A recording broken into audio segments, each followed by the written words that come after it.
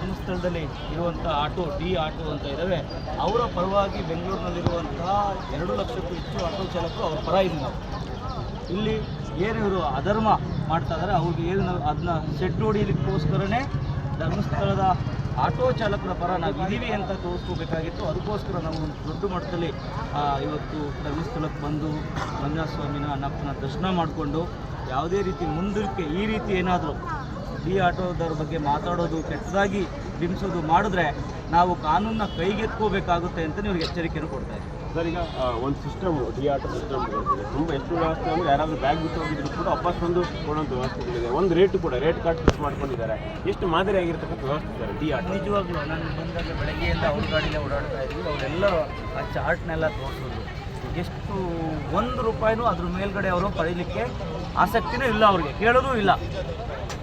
ಈ ಭಾಗದಲ್ಲಿ ಚಾಲಕರು ಮಾತಾಡೋದು ಕಮ್ಮಿ. ನಾವು ಬೆಂಗಳೂರಿನ ತುಂಬ ಮಾತಾಡ್ತೀವಿ ಎಲ್ಲ ವಿಷಯಗಳ ಬಗ್ಗೆ, ಇಲ್ಲಿ ಜಾಸ್ತಿ ಮಾತಾಡಲ್ಲ. ಧರ್ಮ ಆಯಿತು, ಅವ್ರ ಸೇವೆ ಆಯಿತು, ಆ ಚಾರ್ಟಲ್ಲಿ ಏನಿದೆ ಅದು ಮಾತ್ರ. ಇವರು ಬೇಕಾದ್ರೆ ನಾವು ಚಾಲೆಂಜ್ ಮಾಡಿ ಹೇಳ್ತೀವಿ, ಅದ್ರ ಮೇಲೆ ಏನಾದರೂ ಇಲ್ಲಿ ಚಾಲಕರು ಎಕ್ಸ್ಟ್ರಾ ಕೇಳ್ತಿದ್ರೆ ಸ್ಟೇಷನ್ ಕಂಪ್ಲೇಂಟ್ ಮಾಡ್ಬೋದು. ಇಲ್ಲಿ ಯಾವುದೇ ಅವ್ರ ಮೇಲೆ ಒಂದು ಕಂಪ್ಲೇಂಟು ಸಹ ಸಿಗೋದಿಲ್ಲ.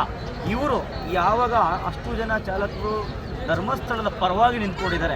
ಧರ್ಮಸ್ಥಳಕ್ಕೆ ಇವತ್ತು ಯಾರು ಬಂದು ಮಾತಾಡಲಿಕ್ಕೆ, ವಿರುದ್ಧ ಮಾತಾಡಲಿಕ್ಕೆ ಭಯ ಇರೋದು ನಮ್ಮ ಆಟೋ ಚಾಲಕರಿಂದ. ಆಟೋ ಚಾಲಕರು ಒಳಗಡೆ ಬಿಡಲ್ಲ ಅಂತವ್ರನ್ನ. ಧರ್ಮಸ್ಥಳದ ಬಗ್ಗೆ ಮಾತಾಡೋರ್ನ ಯಾರಾದರೂ ಬಂದರೆ ಗೊತ್ತು ಮಾಡಿಟ್ಕೊಂಡಿರ್ತಾರೆ, ಅವ್ರನ್ನ ಒಳಗಡೆ ಬಿಡಲ್ಲ. ಆ ಭಯ ಆಟೋ ಚಾಲಕರನ್ನ ನಾವು ಟಾರ್ಗೆಟ್ ಮಾಡಿ ನಾವು ಅವ್ರನ್ನ ಕಂಪ್ಲೇಂಟ್ ಕೊಟ್ಟು ಜೈಲಿಗೆ ಹಾಕಿಸಿ ನಾವೇನೋ ಒಂದು ಸಾಧನೆ ಮಾಡ್ತೀವಿ ಅಂತ ಹೋಗಿದ್ದಾರೆ. ಇದು ಯಾವುದೇ ಕಾರಣಕ್ಕೂ ಆಗೋ ಮಾತೇ ಅಲ್ಲ. ನಾವು ಇವತ್ತು ಬೆಂಗಳೂರಿನ ನಮ್ಮೆಲ್ಲ ಆಟೋ ಚಾಲಕರು ದೊಡ್ಡ ಮಟ್ಟದಲ್ಲಿ, ಯಾಕೆಂದರೆ ಇವತ್ತು ಸೋಮವಾರ ನಮಗೆ ಒಂದು ಬೆಂಗಳೂರಿನಲ್ಲಿ ದೊಡ್ಡ ಮಟ್ಟದ ವ್ಯಾಪಾರ ಇರುತ್ತೆ.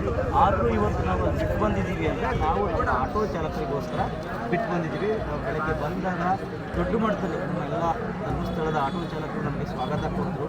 ತುಂಬ ಖುಷಿಯಾಯಿತು. ಈ ರೀತಿ ಒಂದು ಚಾಲಕರು ಅಂದರೆ ನಾವು ಇಲ್ಲಿ ಇರ್ತಾರೆ.